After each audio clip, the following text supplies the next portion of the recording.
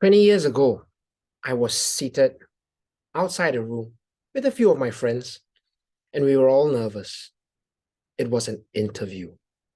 Now, back then, I was waiting to serve, or rather, I was already serving in the military, and I was waiting to go in for that interview for officer selection. And I remember entering that room, and Chief Commando Officer said, "Come in." And seated beside him, panel of all highly decorated colonels and, all the big shots in the commando formation. And as I trembled my way to the seat, I remember Chief Commando Officer asking me a question.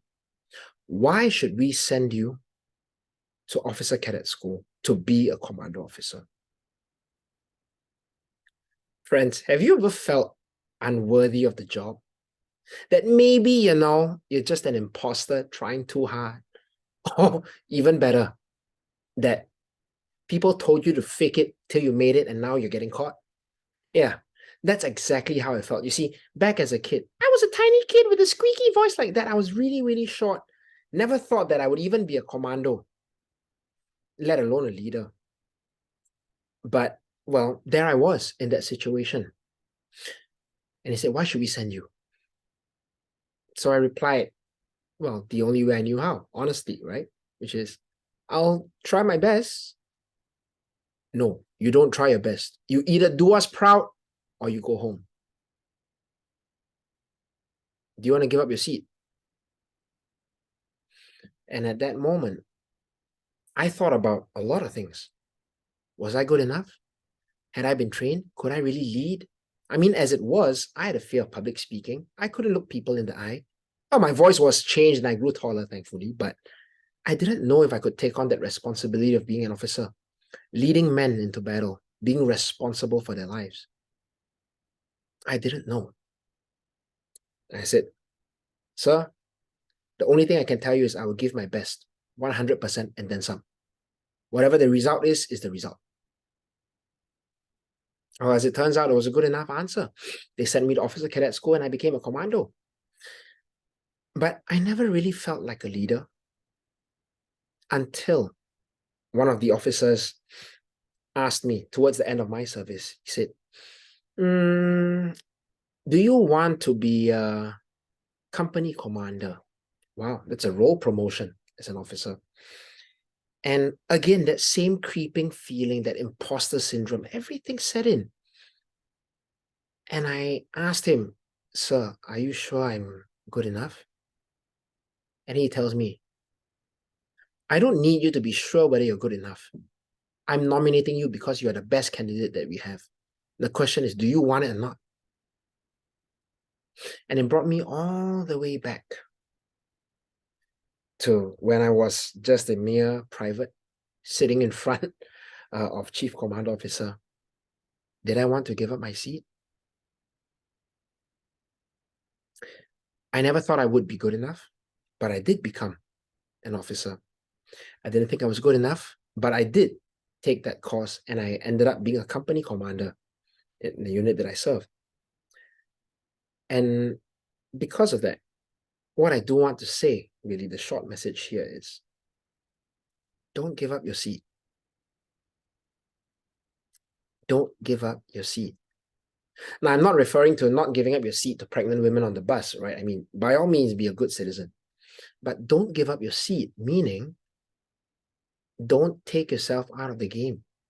The fact that you're there in the winner's seat, in the hot seat, is because you've worked at it, you've earned it, you deserve it. Someone saw potential and gave you a chance. Why give up that seat? I remember some years ago in Toastmasters, I had just helped my club conduct a speechcraft session. And out of that, one of the participants found the confidence, right, from freezing up on stage. That's who he was.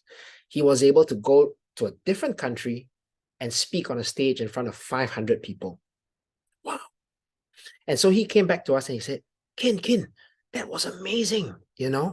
I was able to go to Thailand and speak to 500 people, 500 strangers I've never met. Your speech crowd was awesome. Can you train my business team? And my immediate reaction was, and at that point, I hadn't started training yet. I was just a Toastmaster. I thought, can I really? No, I've not charged anyone before. I'm not a professional coach or trainer. I can't do this. Maybe you should ask someone else.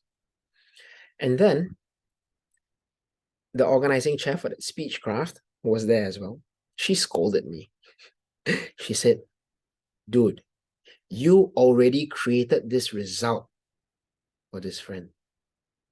Can't you trust yourself to create a result for his team as well? You always said you wanted to be a trainer. If not now, then when?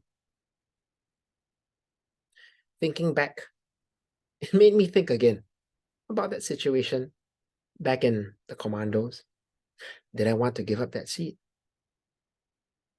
It sure felt like I should, but all the evidence proved otherwise. So I trusted my organizing chair and I said yes.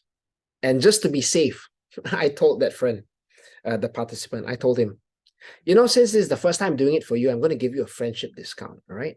I'm going to charge just $1,200 for 4 sessions for your business team. He's like, sure, no problem. At the end of the session, guess what? I got a standing ovation. And then they called me back the next year to train the business team again. And this time I said, oh, the price has changed. It's now $3,000, right? I charged 250% more. Guess what? They said yes without skipping a heartbeat. That's how much my training was worth to them. And I didn't see it myself. Imagine if I had given up that seat, I wouldn't have had a career as a trainer and a coach, something that I really, really enjoy doing today. But it all started there because I didn't give up my seat.